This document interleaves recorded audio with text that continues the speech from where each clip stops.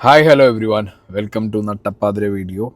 So നമ്മൾ ദിൽഷാദിൻ്റെ missing വിഷയത്തിൽ നിന്ന് തന്നെ തുടങ്ങാം. യാത്ര ടുഡേയിലെ ദിൽഷാദ് മിസ്സിങ് ആണ്.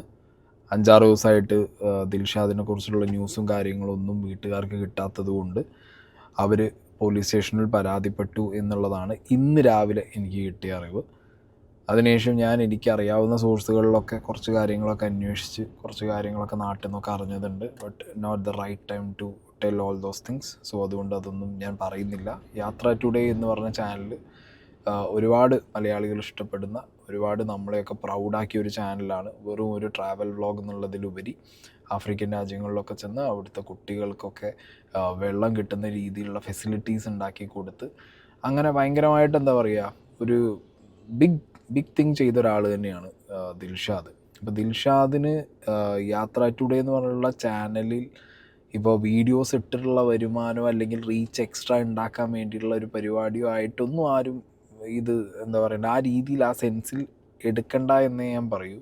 നമുക്കറിയില്ല ഒരു മനുഷ്യൻ മിസ്സായി കഴിഞ്ഞാൽ അയാളുടെ എന്തവസ്ഥയിലാണ് അയാൾ മിസ്സായി എന്നുള്ളത്. പല ഊഹാപോഹങ്ങളും കാര്യങ്ങളൊക്കെ ഇനീഷ്യൽ സ്റ്റേജിൽ ഇപ്പോഴേ വന്നു തുടങ്ങുന്നുണ്ട്. But I am telling you, this is not the right time. അയാൾ എന്താ പറയുക, തിരിച്ചു വരണം. But what happen to him എന്നുള്ളത് നമുക്കെപ്പോഴും ക്ലാരിറ്റി ഇല്ലാത്തത് കൊണ്ട് ഊഹാപോഹങ്ങളിലേക്ക് പോവാതിരിക്കുക എന്നുള്ളതേ പറയാനുള്ളൂ.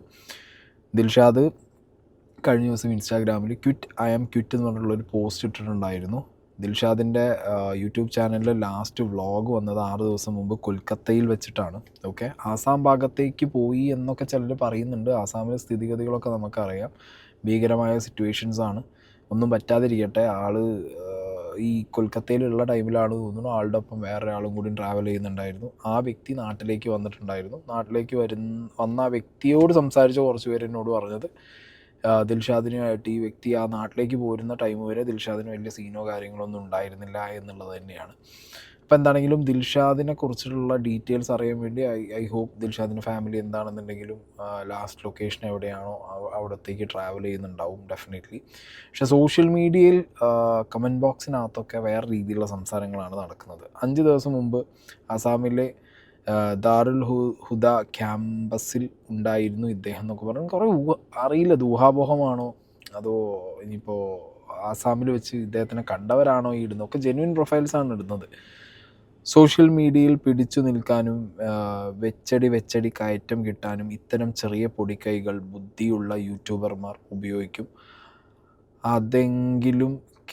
എന്തെങ്കിലും കേൾക്കുമ്പോഴത്തേക്ക് ഇങ്ങനെ കിടന്ന് തുള്ളണ്ട. ദിൽഷാദിൻ്റെ ഒരു വിഷയം സംബന്ധിച്ചിടത്തോളം ദിൽഷാദിന് റീച്ച് ഉണ്ടാക്കാൻ എന്നുള്ളതിലുപരി അയാളുടെ ചാനലെടുത്ത് നോക്കിയാൽ അറിയാം, അയാൾ ഇങ്ങനത്തെ ഒരു ഗിമിക്ക് കളിച്ച് റീച്ച് ഉണ്ടാക്കാൻ അങ്ങനെ തുനിഞ്ഞിറങ്ങിയ ഒരാളല്ല. ഓക്കെ, അത് അയാളുടെ ചാനലിൽ തന്നെ അത് റിഫ്ലക്റ്റ് ആവും നമുക്ക്. We don't know what is the situation still. അതുകൊണ്ട് ഒരു അസംഷനിക്കും ഞാൻ എത്തുന്നില്ല. കമൻറ്റ് ബോക്സ് ജസ്റ്റ് വായിച്ചിട്ട് പോവുകയാണ്. ഇവൻ നാട്ടിൽ പെണ്ണ് കേസാണ് എന്ന് പറഞ്ഞ് നടക്കുന്നുണ്ട്. അതായത് വേറൊരു അക്കൗണ്ടിനെ മെൻഷൻ ചെയ്തിട്ട് കുറേ ഇങ്ങനത്തെ രീതിയിലുള്ള സാധനങ്ങളും പലയിടത്തും കമൻറ്റ് ബോക്സിൽ പലരും പറഞ്ഞിട്ട് പോകുന്നുണ്ട്. പുതിയ ട്രെൻഡ് ഇതിലുള്ള യാത്രകൾ എക്സ്പ്ലോർ എന്ന് പറഞ്ഞ് ലക്ഷ്യമില്ലാതെയുള്ള ന്യൂജൻ യാത്രകളിൽ ഇങ്ങനെയുള്ള അപകടങ്ങൾ എപ്പോഴും ഒളിഞ്ഞു കിടക്കുന്നു. ഏതൊരു യാത്രയിലാണെന്നുണ്ടെങ്കിലും, യാത്ര എന്ന് വേണ്ട, രാവിലെ വീട്ടിൽ നിന്ന് ഇറങ്ങി ജോലിക്ക് പോകാനുള്ള യാത്രയിലാണെങ്കിൽ പോലും പല അപകടങ്ങളും ഒളിഞ്ഞു കിടക്കുന്ന ഒരു നാടാണ് നമ്മളത്. ഓക്കെ, റോട്ടിലാണെങ്കിലും വേറെ വണ്ടിക്കാർ വരികയാണെങ്കിലും ഒരു പ്രൈവറ്റ് ബസ്സോ KSRTC വന്നാലടക്കം പല രീതിയിലുള്ള വിഷയങ്ങളൊക്കെ നമുക്കൊക്കെ സംഭവിക്കാം. സോ ന്യൂജൻ യാത്രകൾ എന്ന് പറഞ്ഞിട്ട് ഈ സാധനത്തിന് അങ്ങനെ സൈഡ് ലൈൻ ചെയ്യാൻ, that's a wrong thing to do. Okay, കാരണം ദിൽഷാദിൻ്റെ അവസ്ഥ എന്താ നമുക്കറിയില്ല. പക്ഷേ ഞാൻ ഈ മൈൻഡ് സെറ്റ്, കമൻറ്റ് ബോക്സിൻ്റെ മൈൻഡ് സെറ്റാണ് നിങ്ങൾക്ക് വായിച്ചിരുന്നത്. ഗൾഫിൽ നിന്നും വന്നതാണെങ്കിൽ സ്വർണം കടത്തിയിട്ടുണ്ടാവും. വെസ്റ്റ് എന്താല്ലേ ദിൽഷാദ് എന്താണെന്നും, ദിൽഷാദ് യൂട്യൂബ് ചാനലിലിട്ട വീഡിയോസിനകത്ത് അവൻ ആഫ്രിക്കയിലുള്ള ആ മക്കൾക്ക് വേണ്ടി ചെയ്തത് എന്താണെന്നും, ഒന്നുമില്ലാത്തവന് പച്ചവെള്ളം പോലും കിട്ടാത്തവന് ആ വെള്ളം കിട്ടാനുള്ളൊരു സെറ്റപ്പ് ഉണ്ടാക്കി കൊടുക്കുക എന്ന് പറഞ്ഞാൽ ചെറിയ കാര്യമാണോ? അങ്ങനെയുള്ള ഒരാളെയാണ് നിങ്ങൾ ഈ രീതിയിലുള്ള സാധനങ്ങളൊക്കെ അടിക്കുന്നത് എന്നുള്ളത് ജസ്റ്റ് ഒന്ന് ഞാനൊന്ന് ഓർമ്മപ്പെടുത്തുകയാണ്. ഓക്കെ, ഇനി വേറൊരു കമൻറ്റ്. ഇത് കുറച്ച് കോമൺ ആയിട്ട് കാണുന്നൊരു കമൻറ്റാണ്. എനിക്ക് തോന്നുന്നു ദിൽഷാദിൻ്റെ നാട്ടുകാരനെ ഇടുന്നതാണ് തോന്നുന്നു. ദിൽഷാദ് വൈദവേ മലപ്പുറത്തുകാരനാണ്. ഞാൻ പറഞ്ഞത് മലപ്പുറത്ത് തന്നെ ദിൽഷാദിൻ്റെ നാട്ടുകാർ. ദിൽഷാദ് മുങ്ങിയത് റീച്ചിന് വേണ്ടിയാണോ? കഴിഞ്ഞ കുറച്ച് ദിവസം മുമ്പ് വീഡിയോ ഇട്ടിരുന്നല്ലോ. വെറുതെ ഓരോന്ന് എഴുതി വിടുന്നതിന് എന്തിനാ? ശരിക്കും നീ പറയുന്നത് സത്യമാണോ? പലരും ഫോൺ വിളിച്ചു, പലരും മെസ്സേജ് അയച്ചു, ഉള്ളതാണോ എന്താ സത്യാവസ്ഥ എന്നൊക്കെ. അവൻ്റെ നാട്ടുകാരും അവനെ അറിയാവുന്നവർക്കും ആയതുകൊണ്ട് പറയട്ടെ, ഈ മാസം 6-ാം തീയതി ബൈക്കുമായി സാധാരണ പോകുന്നത് പോലെ പോയതാണ് അവൻ. 5 ദിവസം മുമ്പ് വരെയുള്ള അപ്ഡേറ്റ് വീഡിയോ ആയിട്ടും സ്റ്റോറി ആയിട്ടും സോഷ്യൽ മീഡിയയിൽ ആർക്കും നോക്കിയാലും കാണാൻ പറ്റും. അതിനുശേഷം അവൻ ഒരു സ്റ്റോറി കൂടി ഇട്ടിരുന്നു. അതിൽ അവൻ ഐ എം ക്വിറ്റ് എന്ന് എഴുതി അവസാനിപ്പിച്ചു. പലരും അതിന് കമൻറ്റ് ചെയ്തിരുന്നു. എന്നാൽ പിന്നീട് അങ്ങോട്ട് അവൻ്റെ യാതൊരു വിവരവും അവൻ്റെ വീട്ടുകാർക്കോ കൂട്ടുകാർക്കോ നാട്ടുകാർക്കോ കിട്ടിയില്ല. 2 ദിവസങ്ങളായി സ്റ്റേഷനിൽ പോയി പരാതി കൊടുക്കാൻ അവർ നിൽക്കുന്നുണ്ട്. ലോകത്തിൻ്റെ ആഫ്രിക്ക പോലുള്ള രാജ്യങ്ങളിലെല്ലാം ഒറ്റയ്ക്ക് പോയ അവൻ വരുമെന്നും വൈകി ആണെങ്കിലും വിളിക്കുമെന്നും അവർ കാത്തിരുന്നു. എന്നാൽ അതുണ്ടായില്ല. ആ കാരണത്താൽ അവർ മിസ്സിംഗ് കേസും രജിസ്റ്റർ ചെയ്തു. ഇതാണിപ്പോൾ നാട്ടിൽ നടന്ന അവസാന സംഭവം. ഇനി വല്ല വിവരവും കിട്ടുകയാണെങ്കിൽ ഇതിലൂടെയോ മറ്റേതെങ്കിലും പ്ലാറ്റ്ഫോമിലൂടെയോ അറിയിക്കും. വെറും ഒരു റീച്ചിന് വേണ്ടി മാത്രം മുങ്ങി നിൽക്കുന്നവനല്ല ദിൽഷാദ്. അത് അവനെ അറിയാവുന്നവർക്കറിയാം. അങ്ങനെ ഒരു റീച്ചും അവന് ഉണ്ടാക്കേണ്ട ആവശ്യമില്ല. എന്തായാലും അവൻ എത്രയും പെട്ടെന്ന് കണ്ടെത്തണം എന്ന് പ്രാർത്ഥിക്കുന്നു. അത്രമാത്രമേ പറയാനുള്ളൂ. അവൻ എവിടെയാണെന്നോ അവൻ എന്ത് സംഭവിച്ചു എന്നോ ഇപ്പോൾ ആർക്കും ഒരു വിവരവും ഇതുവരെ കിട്ടിയിട്ടില്ല എന്ന് തന്നെ പറയാം. അവസാനം അവൻ ഒറീസയിലാണെന്ന് മാത്രം അറിയാം. ഇതാണ് സത്യം. ഇപ്പോൾ ഇവിടെ ഒറീസയായി, ചില സ്ഥലത്ത് ആസാമാണ്, പിന്നെ ഒരു വ്ളോഗ് 6 ദിവസം മുന്നേ കൊൽക്കത്തയിൽ നിന്നാണ്. I don't know man. But ഞാൻ പറഞ്ഞല്ലോ, കുറേ കാര്യങ്ങളൊക്കെ നാട്ടിൽ പല പല കാര്യങ്ങളും സംസാരിക്കുന്നുണ്ട്, പറയുന്നുണ്ട്. പക്ഷെ അതൊന്നും സോഷ്യൽ മീഡിയയിലേക്ക് കൊണ്ടുവരേണ്ടതോ പറയേണ്ടതോ ഡിസ്കസ് ചെയ്യേണ്ടതോ ആയിട്ടുള്ളൊരു കാര്യമായിട്ട് ഇപ്പോൾ ഒന്നും പേഴ്സണലി എനിക്ക് ഫീൽ ചെയ്യുന്നില്ല. ബട്ട് ഈ വ്യക്തി കാണാതായൊരവസ്ഥ എന്ന് പറയുമ്പോൾ ഇതുപോലെ കമൻ്റ് ഇട്ടും അല്ലെങ്കിൽ വേറെ എന്തെങ്കിലും രീതിയിലുള്ളൊരു കാര്യങ്ങൾ ഇപ്പം പറഞ്ഞ് സംസാരിച്ച് തീർക്കേണ്ട വിഷയങ്ങളൊന്നും അല്ലല്ലോ. ഈ വ്യക്തി കാരണം ഒരുപാട് പേർക്ക് ഇപ്പോൾ കുടിക്കാൻ വെള്ളം എന്ന് പറഞ്ഞു കഴിഞ്ഞാൽ ഏത് നാട്ടിലാണെന്നുണ്ടെങ്കിലും അത് ഈ പറയില്ല അമൃത് പോലെയാണെന്ന് പറഞ്ഞാൽ അതുപോലെയാണ്. മനസ്സിലായി? ലൈഫ് ലൈനാണ് വെള്ളം എന്ന് പറയുന്നത്. അത് എത്തിച്ചു കൊടുത്ത ഒരുത്തനാണ്. അപ്പോൾ ചുമ്മാ അവനെ കാണാതില്ല എന്ന് പറയുമ്പോഴത്തേക്ക് പെട്ടെന്നൊരു 10 കഥകൾ അടിച്ചിറക്കാനും റീച്ചിന് വേണ്ടിയാന്നുള്ള ക്ലീഷേ ചോദ്യം ചോദിക്കാനൊക്കെ ഇറ്റ്സ് ഈസി. ബട്ട് അവൻ ജീവിച്ച ലൈഫ് അവനല്ലേ അറിയൂ. അപ്പോൾ എന്താണെങ്കിലും ദിൽഷാദ് തിരിച്ചു വരണം. ദിൽഷാദിനായിട്ടുള്ള തിരച്ചിലും കാര്യങ്ങളൊക്കെ ശക്തമായിട്ട് വീട്ടുകാരും ഇവിടുത്തെ സിസ്റ്റവും ചെയ്യും എന്നുള്ളൊരു വിശ്വാസം തന്നെയാണ്. ഓക്കെ, ഫർദർ ഡീറ്റെയിൽസൊക്കെ വരും ദിവസങ്ങളിൽ എന്തെങ്കിലുമൊക്കെ അപ്ഡേറ്റ് കിട്ടുകയാണെന്നുണ്ടെങ്കിൽ ദിൽഷാദിനെ കിട്ടിയതിന് ശേഷം സേഫ് ആൻഡ് സെക്യൂർ ആയിട്ട് ദിൽഷാദ് തിരിച്ചു വന്നതിന് ശേഷം എന്തെങ്കിലും ഉണ്ടെങ്കിൽ അത് പറയാം. ഓക്കെ, ഇതാണ് ദിൽഷാദിൻ്റെ കേസ്. ഒരുപാട് പേര് രാവിലെ മുതൽ മെസ്സേജ് അയക്കുന്നുണ്ട്. ഓക്കെ, അതാണ് യാത്ര ടുഡേയുടെ കാര്യത്തിൽ പറയാനുള്ളത്. ഇതൊന്ന്. ഇനി അടുത്തൊരു വിഷയം, ഇന്നലെ മുതൽ ഒരുപാട് പേര് ഷെയർ ചെയ്ത് വന്നൊരു റീലുണ്ട്. കൊല്ലം കുണ്ടറയിൽ പോലീസ് കസ്റ്റഡിയിൽ കൊണ്ടുപോയി മർദ്ദിച്ച് ഒരു യുവാവ് മരണപ്പെട്ട സംഭവം ഉണ്ടായിട്ടുണ്ട്. ഓക്കെ, ആ വിഷയത്തിൽ ഈ മർദ്ദിച്ച പോലീസുകാരനെ ഈ മരിച്ച വ്യക്തിയുടെ മകൾ വിളിച്ച് സംസാരിക്കുന്നൊരു ഓഡിയോ, അത് നിങ്ങൾ കേട്ടിട്ടില്ലെങ്കിൽ നിങ്ങളൊന്നും കേൾക്കണം. ഹലോ ശ്രീജിത്ത് സാറല്ലേ? അതെല്ലോ. ഒന്നാളൊരു ടൈം മിസ്സിംഗ് കേസിന് ഒന്ന് പിടിച്ചോണ്ട് പോയായിരുന്നു വീട്ടിൽ നിന്ന്. പെരുമ്പഴേന്ന് ഒരാളെ വന്ന് രാത്രി കിടന്നുറങ്ങിയപ്പോ കിടന്ന് വിളിച്ചോണ്ട് വന്നായിരുന്നു, ഒരു പാർവതി എന്ന് പറഞ്ഞ ഒരുത്തിക്ക് വേണ്ടി. ഓർമ്മയില്ലേ? പെരുമ്പഴ കുരിശടി എടുത്ത് 2 പിള്ളേർ മിസ്സിംഗ് കേസിന്. ഓർമ്മയുണ്ടോ? ഇപ്പൊ എന്താ പറ്റിയെന്ന് അന്ന് സാറിനടുത്ത് എല്ലായിടത്തും ഞാൻ പറഞ്ഞില്ലേ, എന്റെ പപ്പാക്ക് വയ്യാത്തേന്ന്. ആന്നോ? അന്ന് സാറ് അവിടെ ഇട്ട് ഇടിച്ചെന്ന് അന്ന് അവിടെ വെച്ച് പപ്പ പറഞ്ഞായിരുന്നു. സാറാ ഇടിച്ചെന്നും പറഞ്ഞ്. ഇപ്പൊ എന്റെ പപ്പ പോയി. തെളിവുണ്ട് സാറേ. അങ്ങനെ ആശുപത്രി പോയപ്പോ ഇത് ആരെ ഇടിച്ചെന്ന് വെച്ച് നട്ടല് മൊത്തം പഴുത്തിരുന്ന് സീരിയസ് ആയിട്ട് കിടന്നു. ഇപ്പൊ പോയി. അന്ന് സാറിന്റെ അടുത്ത് 100 വട്ടം ഞാൻ പറഞ്ഞതാ വയ്യാത്ത ആളാ. പോയി. ഞങ്ങൾക്കാണ് ഇപ്പൊ ഇല്ലാതെ വന്നത്. കേട്ട് നിൽക്കാൻ പറ്റില്ല ഈ കരച്ചില്. ചില പോലീസുകാരുണ്ടല്ലോ, ഞാൻ എല്ലാ പോലീസുകാരെയും അല്ല, ചില പോലീസുകാരെയാണ് പറയുന്നത്. ഇപ്പം ഈ പറഞ്ഞ ശ്രീജിത്തിനെ പോലുള്ള പരനാറി ചെറ്റകളെയാണ് പറയുന്നത്. ഇവർ സീനാണ്, ക്രിമിനൽസാണ്, ഗുണ്ടകളാണ്. ഇവർക്കൊക്കെ ഒരു തരം ഈഗോ ആണ് മനുഷ്യന്മാരോട്. മനസ്സിലായില്ലോ? ഒരു തരം ഈഗോ. അതായത് ഇവർക്ക് എപ്പോഴും ഡ്യൂട്ടി ഉണ്ട്, ഇവർക്ക് എപ്പോഴും തലവേദനയാണ്, ഇവർക്ക് ഡ്യൂട്ടിക്ക് അനുസരിച്ചുള്ള സാലറി ഇല്ല, അല്ലെങ്കിൽ ബാക്കിയുള്ളവർ നടക്കുന്ന പോലെ ഇവർക്ക് നടക്കാൻ പറ്റുന്നില്ല എന്നൊക്കെയുള്ള ഒരു സാധനം ഇങ്ങനെ മൂത്ത് കണ്ണിൻ്റെ മുന്നിൽ ഏതൊരുത്തനെ കണ്ടാലും ഓനെ ഇടിച്ചു തീർക്കണം, ഓനെ ഒറ്റയ്ക്ക് പിഴിഞ്ഞിടണം എന്നുള്ള രീതിയിലുള്ള മെൻറ്റാലിറ്റി ഉള്ള കുറേ എണ്ണങ്ങൾ. അങ്ങനെയുള്ള ആളുകൾ പോലീസ് സിസ്റ്റത്തിനകത്തുള്ളതാണ് ഈ സിസ്റ്റം ഫെയിലാവാനുള്ള ഏറ്റവും വലിയ കാരണം. നല്ല പോലീസുകാർക്ക് കൂടി ചീത്തപ്പേര് കേൾപ്പിച്ചു കൊടുക്കുന്നത് ഇവനെപ്പോലുള്ള ചെറ്റകളാണ്. ഒരാളെ പിടിച്ചു കൊണ്ടുപോകുമ്പോൾ ഒരു കേസ് വരുമ്പോൾ ഒരു ബെയർ മിനിമം മര്യാദയാണ് അതിൻ്റെ പ്രൈമ ഫേസ് അന്വേഷിക്കുക എന്നുള്ളത്. ഇതൊന്നുമില്ല. ഇതെങ്കിൽ രാത്രിയൊക്കെയാണ് കേസുമായിട്ട് നിങ്ങൾ പോകുന്നത്, അല്ലെങ്കിൽ രാത്രി നടക്കുന്ന വിഷയങ്ങളാണെന്നുണ്ടെങ്കിൽ ഉറക്കം പോയ ടെൻഷൻ അല്ലെങ്കിൽ ഡ്യൂട്ടിയുടെ പ്രഷർ എന്നൊക്കെ പറഞ്ഞിട്ട് സീനാണ്. മനസ്സിലായോ? ഇതിൽ ഈ കുട്ടി വിളിച്ച് കരയുമ്പോൾ തന്നെ താനൊന്ന് പോടോ അവിടുന്ന് പറയുന്നത്. മോളെ എന്താ വിഷയം, എൻ്റെ കയ്യിൽ നിന്നാണോ അങ്ങനെ സംഭവിച്ചത്, മോള് വാ സംസാരിക്കാം. ഇതൊരു മാന്യതയാണ്. ഇതൊന്നും ഇല്ല. ഇമാതിരി ചെറ്റകൾക്ക് മാന്യതയുടെ പോയിട്ട് മാളെ പകുതി പോലും ഇവന്മാരുടെ അടുത്ത് കൂടി പോയിട്ടില്ല എന്നുള്ളതാണ് പറയേണ്ടത്. ഈ വിഷയം ന്യൂസിൽ വന്നത് ഞാൻ അവിടെ പ്ലേ ചെയ്യാം. 13 വയസ്സുകാരനായ സുഹൃത്തിന്റെ മകനെ കാണാതായെന്ന പരാതിയെ തുടർന്നാണ് അയൽവാസിയായ സിയാദിനെ കുണ്ടറ പോലീസ് കസ്റ്റഡിയിലെടുത്തത്. ജൂൺ 16 രാത്രി ഭാര്യയുടെയും മക്കളുടെയും മുന്നിൽ വെച്ചാണ് സിയാദിനെ പോലീസ് കസ്റ്റഡിയിലേക്ക് കൊണ്ടുപോയതെന്ന് കുടുംബം പറയുന്നു. കസ്റ്റഡിക്കിടെ പോലീസ് സിയാദിനെ ക്രൂരമായി മർദ്ദിച്ചെന്നും അതിനെ തുടർന്ന് സിയാദിന് ജോലിക്ക് പോലും പോകാൻ കഴിയാത്ത അവസ്ഥയായിരുന്നുവെന്നും കുടുംബം ആരോപിക്കുന്നു. നീ വേഗം വാ, എന്നെ ഇവിടെ ഇടിച്ചെന്ന് പറഞ്ഞു. പോലീസുകാർ എന്നെ ഇടിച്ച് എവിടെ വെച്ചാൽ ഇടിച്ചെന്നും പറഞ്ഞില്ല, ഇടിച്ച് ഇനി എന്നെ ഇടിക്കൂന്ന് പറഞ്ഞ് റിമാൻഡ് ചെയ്യൂന്ന് പറഞ്ഞ് നീ വേഗം വരാൻ പറഞ്ഞു. അമ്മ പറഞ്ഞു വരുവാ, പേടിക്കണ്ട വരുവാന്ന് പറഞ്ഞു. ഞങ്ങളങ്ങ് ചെന്നപ്പോഴത്തേക്ക് ഈ ശ്രീജിത്ത് എന്ന് പറയുന്ന സാർ ഭയങ്കര ദേഷ്യമായിരുന്നു ഞങ്ങളുടെ അടുത്ത്. കൊണ്ട് ഞങ്ങൾ ചോദിച്ചു ഇപ്പൊ എന്തിനാ ഇങ്ങോട്ട് വന്നാൽ അങ്ങനെ എങ്ങനെയാന്നൊക്കെ ചോദിച്ചു. അന്നേരം അമ്മ പറഞ്ഞ് വീട്ടിൽ കിടന്ന ആളെ വിളിച്ചോണ്ട് പോയതല്ലേ കാര്യം അറിയണ്ടേ. അന്നേരം അങ്ങ് ഭയങ്കര ദേഷ്യം. പിന്നെ അവസാനം അമ്മ ദേഷിച്ച് ഈ നോറം കിടന്ന വയ്യാത്ത ആളെ പിടിച്ചോണ്ട് പോയാലും അങ്ങനെ ദേഷ്യപ്പെടുത്തി അവര് പറഞ്ഞ് എന്തോ ഇതാണെങ്കിൽ ഇങ്ങനെ ഞങ്ങൾക്ക് ഒരു പരാതി കിട്ടിയിട്ടുണ്ട്, കൊച്ചിനെ ഇങ്ങനെ തട്ടിക്കൊണ്ടുപോയെന്ന് പറഞ്ഞ് പരാതി കിട്ടിയിട്ടുണ്ടെന്ന് പറഞ്ഞു. തുടർന്ന് ജൂലൈ 17 പുലർച്ചെ സിയാദിനെ വിട്ടുകിട്ടുന്നതിനായി ഭാര്യയും മകളും പോലീസ് സ്റ്റേഷനിൽ എത്തിയിരുന്നുവെന്നും അപ്പോൾ തന്നെ മർദ്ദിച്ച വിവരം സിയാദ് പറഞ്ഞിരുന്നതായും കുടുംബം വ്യക്തമാക്കി. ആരോഗ്യനില മോശമായതിനെ തുടർന്ന് സിയാദിനെ ആശുപത്രിയിൽ പ്രവേശിപ്പിച്ചിരുന്നു. ആശുപത്രിയിൽ ചികിത്സയിലിരിക്കെയാണ് സിയാദ് കഴിഞ്ഞ ദിവസം മരിച്ചത്. വാരിയലിന് ഗുരുതരമായി പരിക്കേറ്റതായും കുടുംബം പറയുന്നു. നെഞ്ചിലെ അണുബാധയാണ് മരണകാരണമെന്ന് പോസ്റ്റ്മോർട്ടം റിപ്പോർട്ട്. അതേസമയം സിയാദിനെ കസ്റ്റഡിയിൽ മർദ്ദിച്ചിട്ടില്ലെന്നാണ് പോലീസിന്റെ വിശദീകരണം.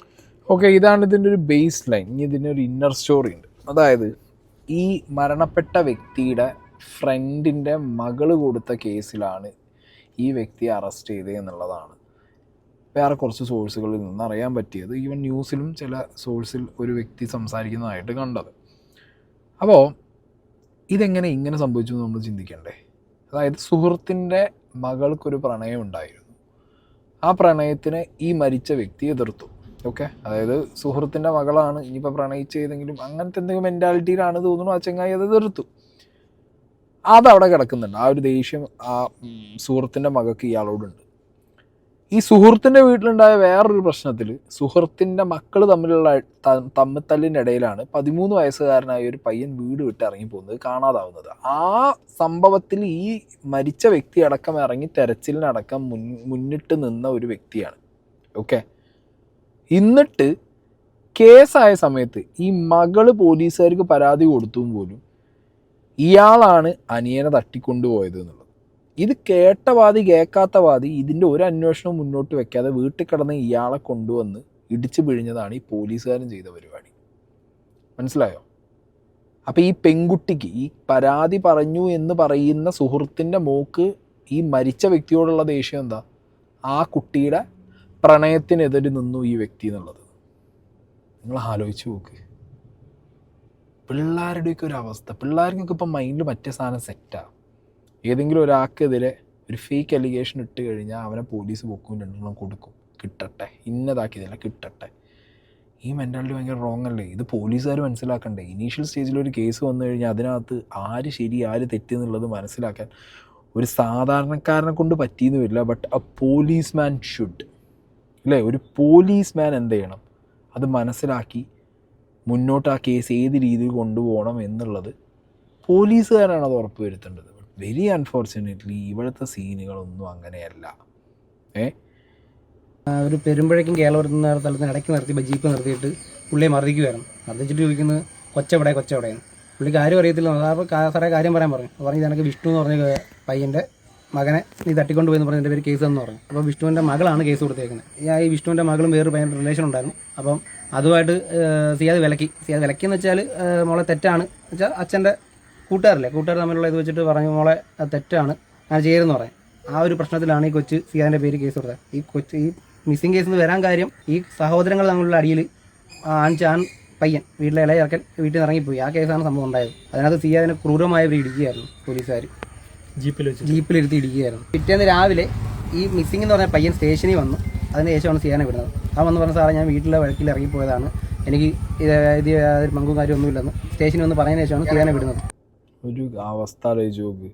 ഈ സിയാദ് എന്ന് പറഞ്ഞ വ്യക്തി വീട്ടിൽ മരുന്നും കഴിച്ച് അയാൾക്ക് ഫിക്സ് വന്നിട്ടുണ്ട്. അതായത് ഈ ഇറങ്ങിപ്പോയ ചെക്കനെ കണ്ടുപിടിക്കാൻ വേണ്ടി തപ്പി നടന്നിട്ട് എന്നിട്ട് വീട്ടിൽ പോയി കിടന്ന ഒരാളെയാണ് ഈ പെൺകുട്ടി ഈ മുൻവൈരാഗ്യവും മനസ്സിൽ വെച്ചിട്ട്, അതായത് പ്രണയത്തിനെതിരുന്നു എന്നുള്ള വൈരാഗ്യവും മനസ്സിൽ വെച്ചിട്ട് പോലീസിന് ഇട്ട് കൊടുത്തത്. ഗതികേട്. ആ പോയ ചെക്കൻ വീണ്ടും തിരിച്ചും വന്നു. പോലീസുകാർ ഞാൻ പറഞ്ഞല്ലോ, എഫിഷ്യൻസി ഇല്ലാത്ത ഒരുത്തന് കാക്കി കിട്ടിയാൽ ഇതാണ് അവസ്ഥ. ഈഗോയിസ്റ്റിക് ആയിട്ടുള്ള ഒരുത്തന് കാക്കി കിട്ടിയ ഇതാണ് അവസ്ഥ. മുന്നും പിന്നും നോക്കാതെ ചാടി ഇറങ്ങി ആ പെണ്ണ് ചൂണ്ടിക്കാണിച്ചിട്ടുണ്ട് ഇവനാ പറയുന്ന, പിന്നെ അവനെ തല്ലിപ്പറയിപ്പിക്കാം.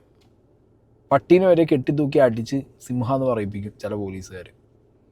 അമ്മാതിരി ടീമുണ്ട് ഈ പോലീസിൽ. കേരള പോലീസിൽ അങ്ങനത്തെ കുറേ മാമന്മാരുണ്ട്.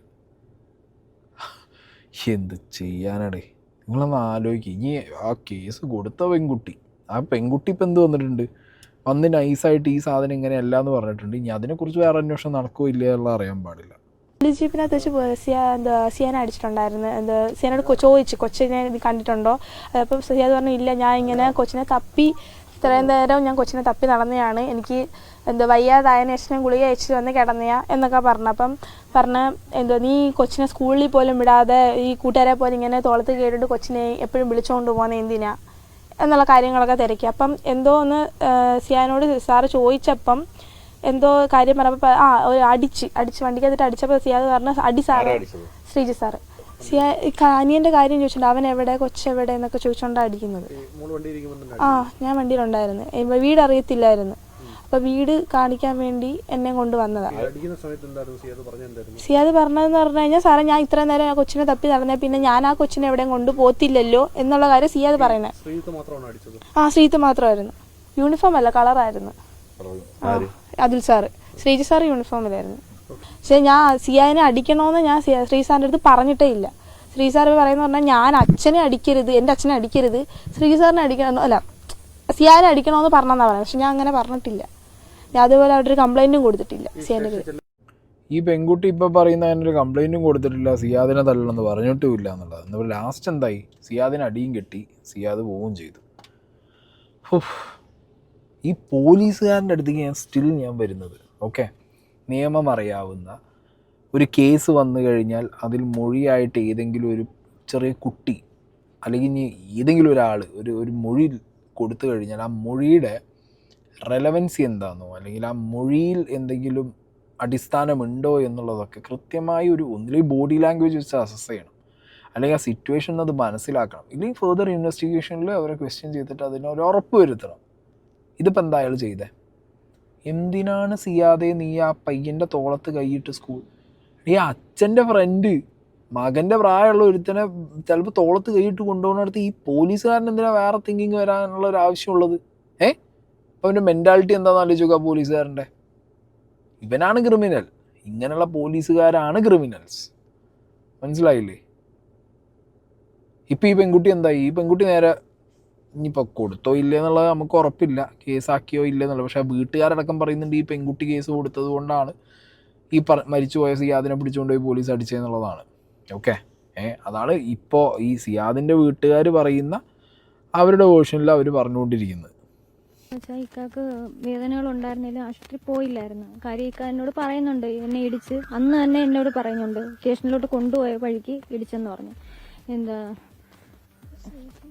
സ്ഥലത്തിന്റെ പേരുണ്ട്, കോവിലൂക്കിലോട്ട് തിരിയുന്ന ആ ഭാഗത്ത് വെച്ചാൽ ഇടിച്ചെന്ന് പറഞ്ഞു. അന്നേരം ജീപ്പിലിട്ട ഇടിച്ചെന്നും പറഞ്ഞാൽ ശ്രീജിത്താണ് ഇടിച്ചതും എന്ന് പറയാം. ശ്രീജിത്ത് എന്നുള്ള പേരൊക്കെ അറിഞ്ഞുകൂടാ, പക്ഷെ ഞങ്ങൾക്കറിയാം, ഞങ്ങൾക്ക് രണ്ടുപേർക്കും അവരെ അറിയായിരുന്നു. അന്നേരം വീട്ടിൽ നിന്ന് വന്നാണ് പിടിച്ചുകൊണ്ട് പോകുന്നത്. അന്നേരം രാത്രി 12 മണിയായപ്പോൾ ഇക്കക്ക് ഫിറ്റ്സ് വന്നായിരുന്നു. ഈ കൊച്ചിനെ അന്വേഷിച്ച് നടന്ന ടെൻഷൻ ആയപ്പോഴത്തേക്ക് ഇക്ക ഫിറ്റ്സ് വന്നു. അങ്ങനെ ഗുളിക കഴിച്ചിട്ട് കിടക്കുമ്പോഴാണ് ഇവർ വന്ന് പിടിച്ച് കൊണ്ടുപോകുന്നതും ഒക്കെ. അന്നേരം ഇക്ക പറയുന്നു ഞാനൊന്നും ചെയ്തില്ല സാറേ, ഞാനൊന്നും ചെയ്തില്ല. അന്നേരം ഞാൻ ചോദിച്ചപ്പോഴും ആ സാറുമാരെ ഞങ്ങളുടെ അടുത്ത് ദേഷിച്ചതേ ഉള്ളൂ, നിങ്ങളുടെ അടുത്ത് പറയേണ്ട കാര്യമില്ല, നിങ്ങളത് അറിയേണ്ട കാര്യമില്ല എന്നാ പറഞ്ഞത്. അന്നേരം ഞാൻ പറഞ്ഞു എൻ്റെ ഇക്ക എന്തിനാ കൊണ്ടുവന്നേന്ന് ചോദിച്ചിട്ട് പറഞ്ഞില്ല, നിങ്ങൾക്ക് എന്തെങ്കിലും അറിയണമെങ്കിൽ സ്റ്റേഷനിൽ വരാൻ പറഞ്ഞു. അങ്ങനെ ഇക്കായം കൊണ്ടുപോയി. അന്നേരം ഇക്കായ കൊണ്ടുപോയി കുറച്ച് കഴിഞ്ഞപ്പോൾ ഞങ്ങൾ ഓട്ടോയ്ക്ക് വേണ്ടി കാത്തിരിക്കുക, രാത്രിയല്ലേ വണ്ടിയൊന്നും ഇല്ല.